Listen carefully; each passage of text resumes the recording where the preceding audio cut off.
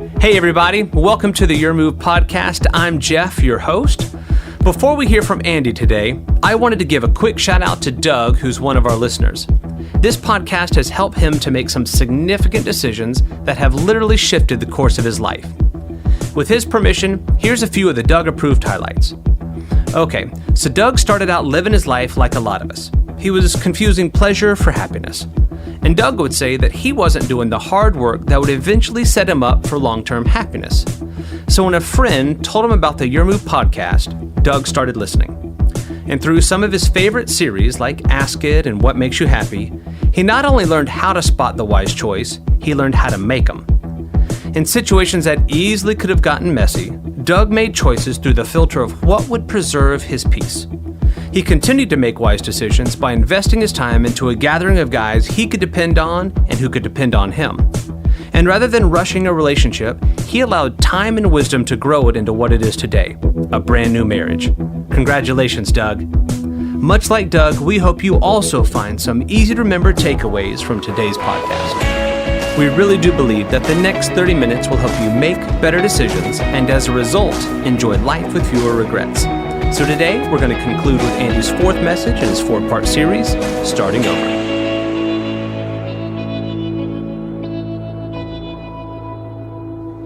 Hey, we're finishing up this series, Starting Over, and if you haven't been with us, it's a pretty simple series, and there's been 4 parts, and the subtitle kind of gives away the punchline of the whole series, and it's basically this: we want to ensure that next time won't be like last time. How to ensure that next time won't be like last time? And what we mean by that is that if you're in a stage of life where you're starting over academically, professionally, a new marriage, a new relationship, a new neighborhood, a new city, you've wrapped up something that it didn't end as well as you thought it should, it didn't end the way you wanted it to. In fact, you hope nobody finds out about it, or it may have had nothing to do with anything that you did, but you find yourself having to start over. This is the series for you. And we said in order to start over in such a way that next time is better than last time, you got to own it, rethink it, and release it. In week 2, I showed you this pie chart, and I said this is the circle of blame. You remember that? The circle of blame is, here's all the blame that explains why your marriage failed, why the business failed, why you're in so much debt, why school didn't go the way you wanted it to, why she broke up. Here's all the blame.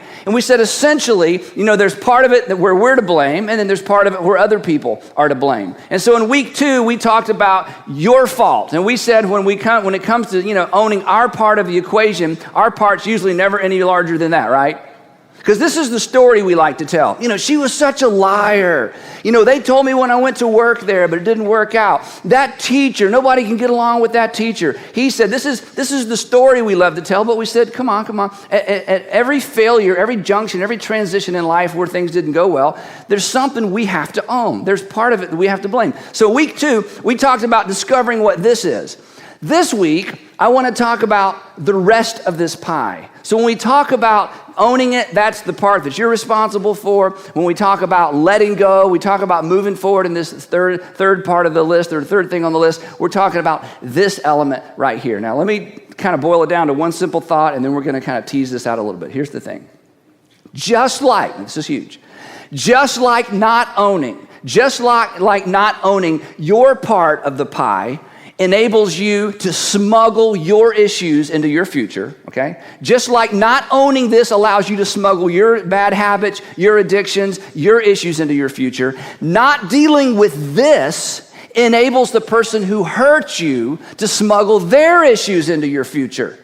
All right? So if you don't deal with what you did, you smuggle your bad habits and your issues into your future. But if you don't deal with this the right way, you actually allow the people who hurt you, deceived you, lied to you, fired you unnecessarily, you allow the people that you'd hope you never see again, you allow them to actually influence your future.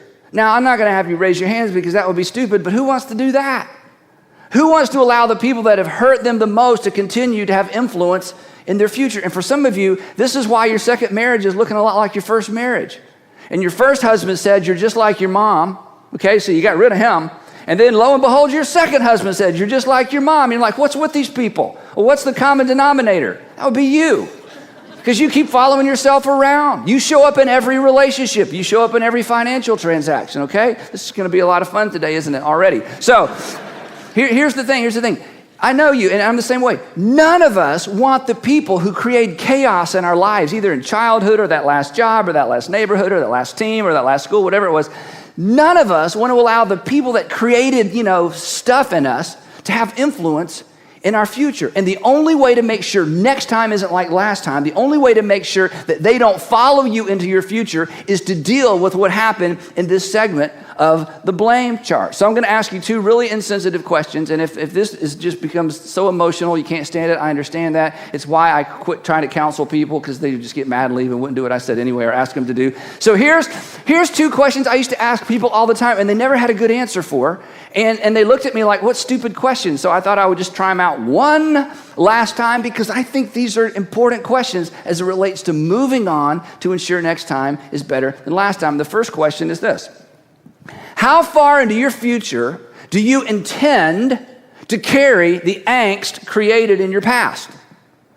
How far into your future do you intend to carry the angst created in your past? And you go, well, I don't intend to carry any of it into the future.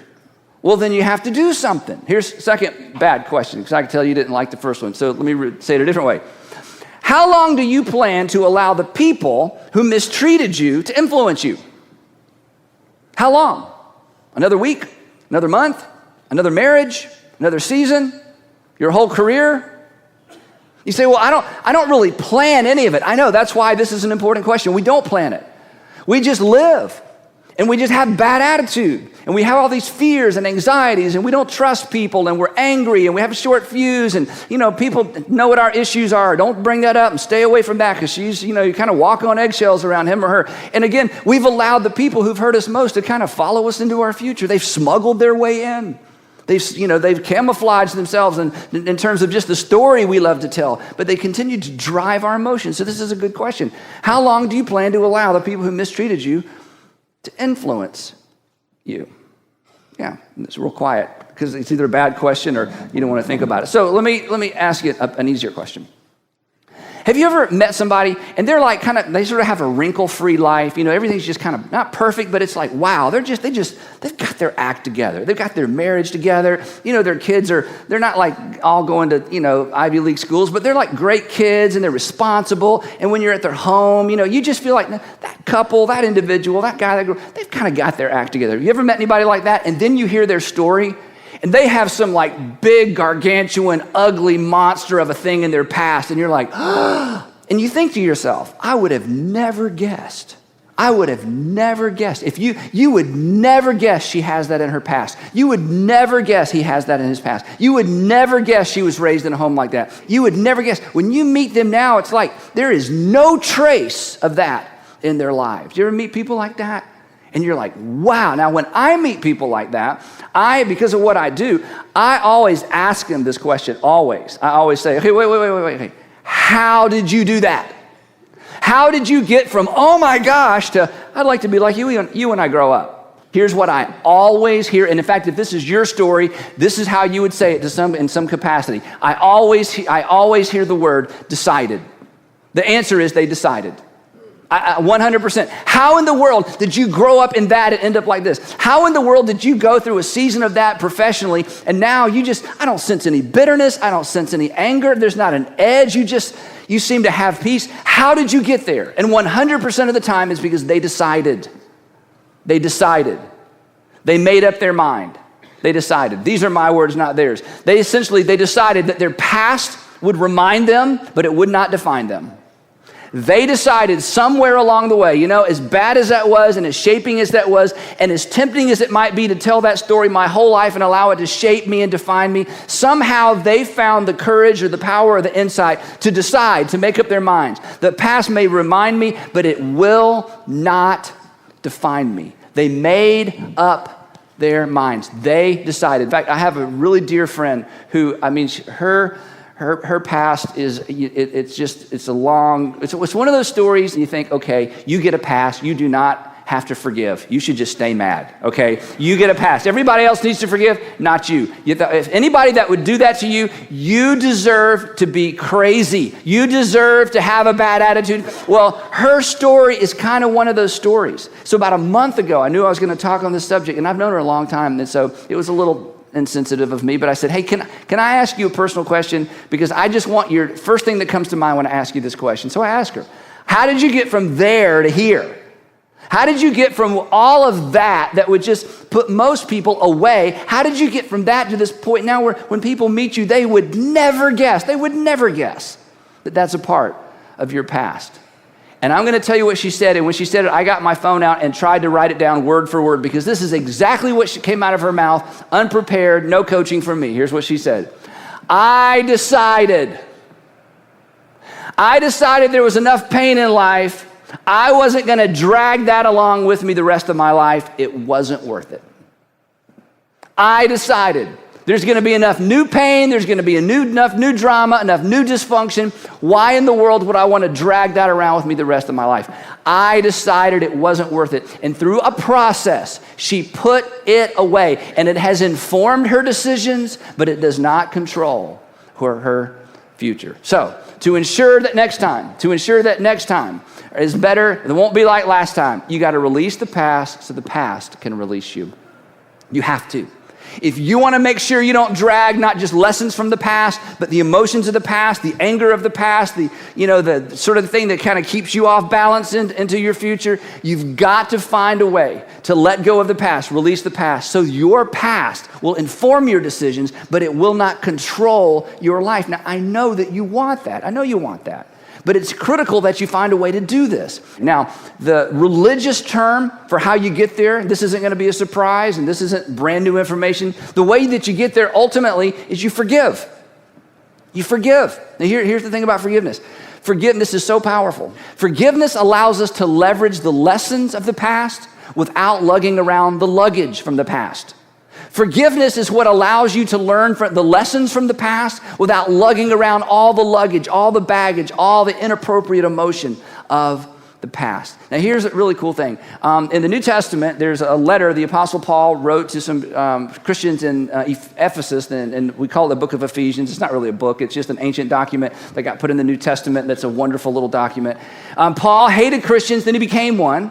And then he started little churches around, parts of what we would call Europe and Turkey and around the Mediterranean rim. And then he would write these churches letters. And his insights are extraordinary. And he has an insight into forgiveness that is so astounding. And when you think about the fact that this was written 2,000 years ago, it's one of the reasons I think these texts are inspired, because of the kinds of insights that he brings us today from this text. So here's what he says about this whole issue of forgiveness, this whole issue of making sure your past doesn't chase you around, this whole issue of how to ensure that next time will be better than last time. Here's what he writes, Ephesians chapter 4, verse 26. He says this, "In your anger, do not sin." And in the Greek text, in fact, if you grew up in church, you may have heard this verse stated a different way. It's actually two imperatives. He says, be angry and do not sin. Be angry and do not sin, which means many of you are actually applying the Bible and you didn't know it. Because you be angry. If you be angry, that's what the Bible says, be angry. Be angry and do not sin, which is cool because Paul admits that there is an appropriate place for anger. Now, what causes anger? We know this. What causes anger is when people hurt us. But there's a way to be angry and not to sin, at which point we go, what in the world are you talking about? And then he makes this statement. He says, do not let the sun go down while you are still angry. Now, this can be taken, literally, and this can be taken literally when the issue is, you told your husband, please don't leave shaving cream in the sink, and he left shaving cream in the sink, and you brought him over there and said you left shaving cream in the sink, and he said, I'm sorry, and you forgave him, and then you don't let the sun go down on your anger. That's great.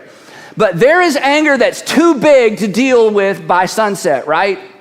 There is anger that's too big to deal with, between now and two sunsets. Paul's point is this, and here's a great question. How many sunsets? Because you have a decision to make. There is some deciding to do. You can engage in this process in such a way that your anger, your emotions, your angst doesn't have to control and impact your future. So he says, don't let the sun go down while you're still angry. And do not give or grant or do not gift the devil a foothold. Now, I'm going to come back to the devil in just a second. I want to talk about this word foothold. This little word foothold actually figuratively means an opportunity, but literally it means a staging ground. He says, don't let the devil move into your life and set up shop. Don't give him an office. Don't give him a staging ground. Don't give him an arena. Don't give him a place. Don't give him space. Because if you don't deal with your anger, if you don't deal with those emotions, if you don't deal with the junk that keeps floating around your life because of what was done to you in the past, that 85%, 95% that's kind of your good story that you like to tell and everybody feels like you're justified in it. He said, if you don't do something about that, or when you don't do something about that, you give the devil an opportunity to set up shop, a staging ground, an opportunity where he will continue to reach into your future because of something that happened in your past. Now, here's the really interesting thing about this word. In the Greek text, there's a word translated Satan. We all know who Satan is, and that's not a surprise. Paul doesn't use that word here. He actually uses a word, a common Greek word that means slanderer or liar or deceiver. And in fact, in some English texts, the word devil doesn't appear. It just says liar, slanderer. The best way to understand what Paul is saying is not to think in terms of devil. The best way to understand what Paul is saying, and this is where it gets real personal, is to take out the word devil and put in the name of the person or persons who have hurt you. Now let's read it again. In your anger, do not sin. Do not let the sun go down while you're still angry. And do not give Frank. Do not give such and such ink. Do not give Professor so-and-so. Do not give Dr. so-and-so. Do not give for ex-husband, ex-wife, mom, and dad a foothold in your life. Whew. So let me ask you another dumb question. Do you really want to give the person who hurt you the most staging ground in your life to continue to impact your future?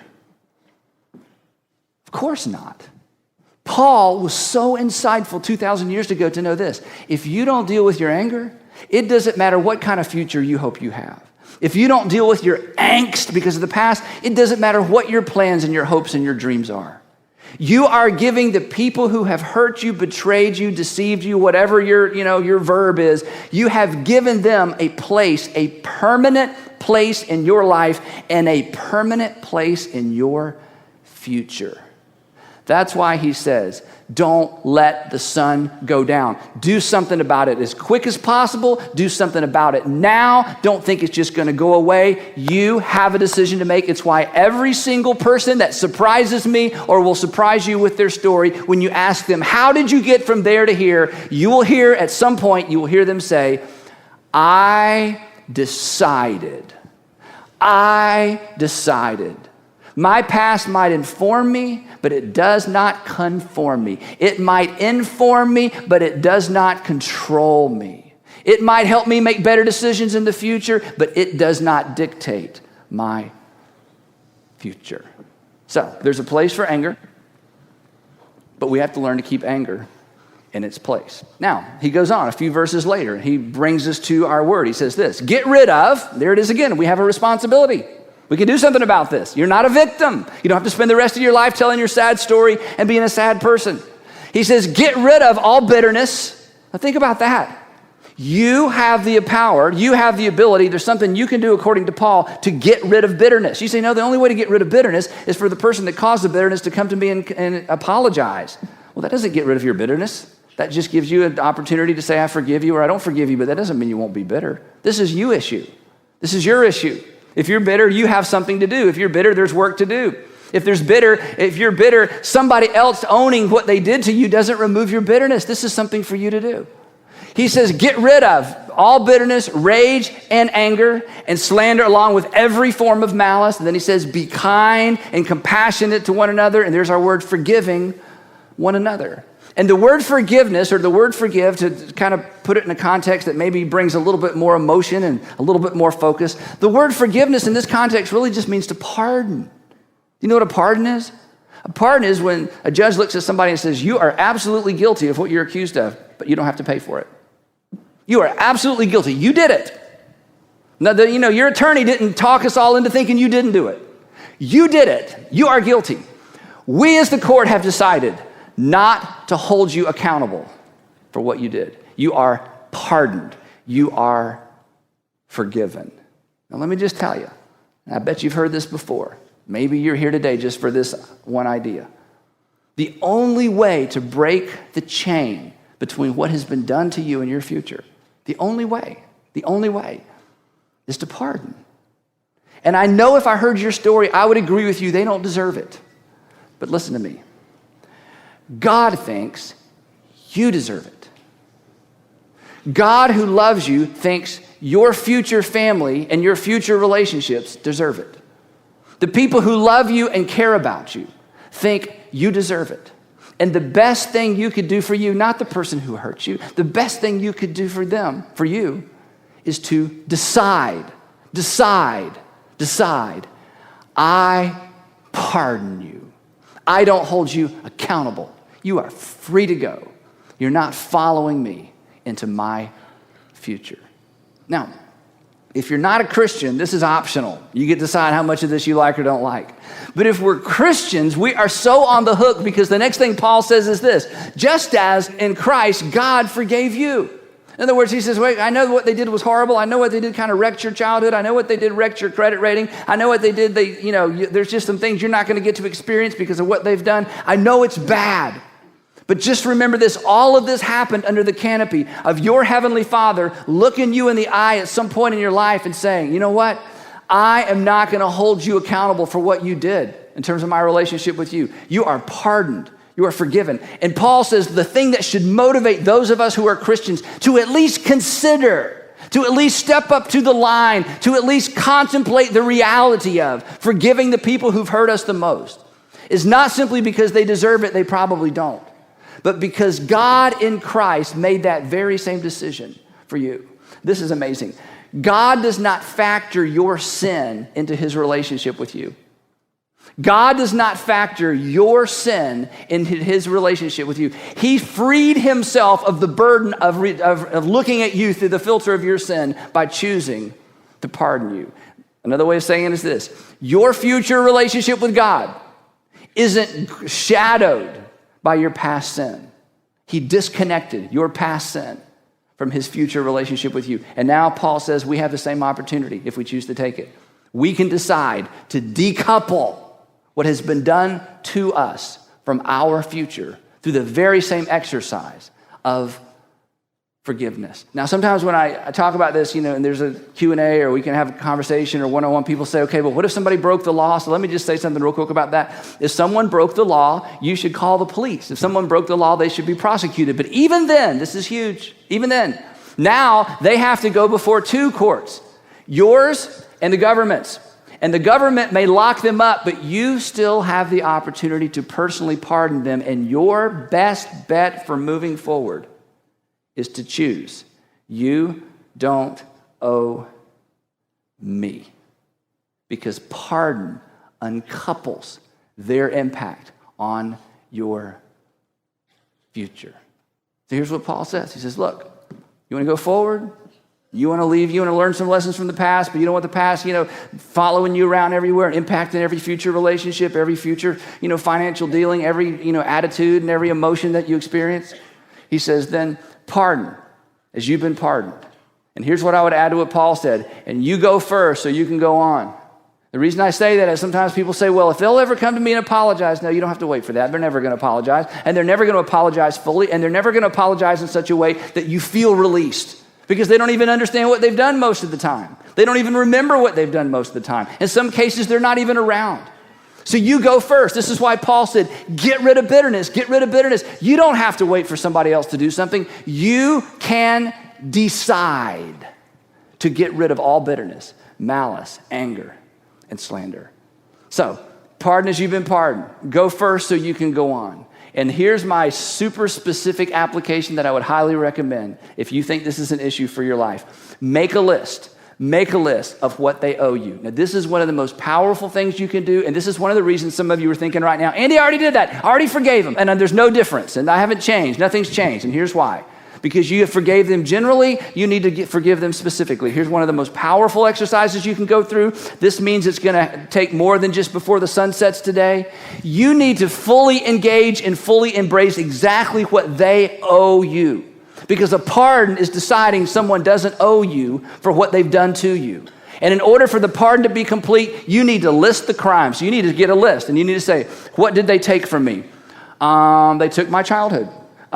They may have taken your opportunity to raise your daughter. They took away your opportunity to put your son to bed every night. They took away your reputation. They took away your career. They took away the advantage of your high grade point average. They took away. What exactly did they do to you? What exactly did they take away? What exactly did they steal from you? What exactly did they lie about? How specifically have they hurt you? Here's what you'll discover.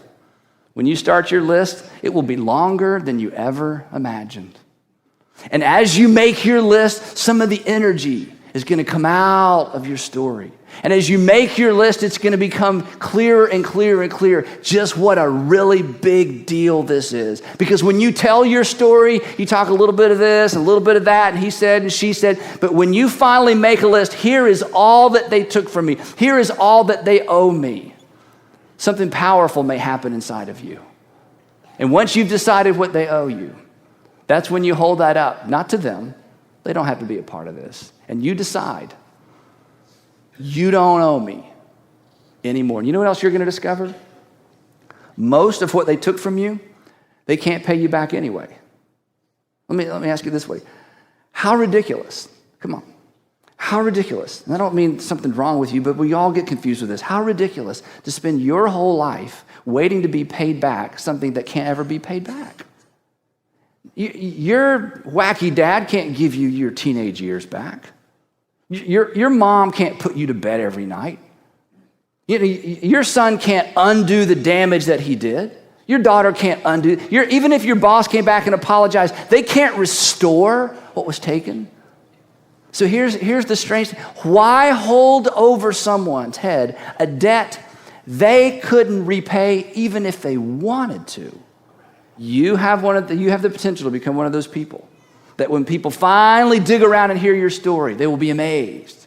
They'll say, you just don't seem like one of those people that experience that kind of pain and that kind of rejection, that kind of abandonment. And they'll say, how did you do it?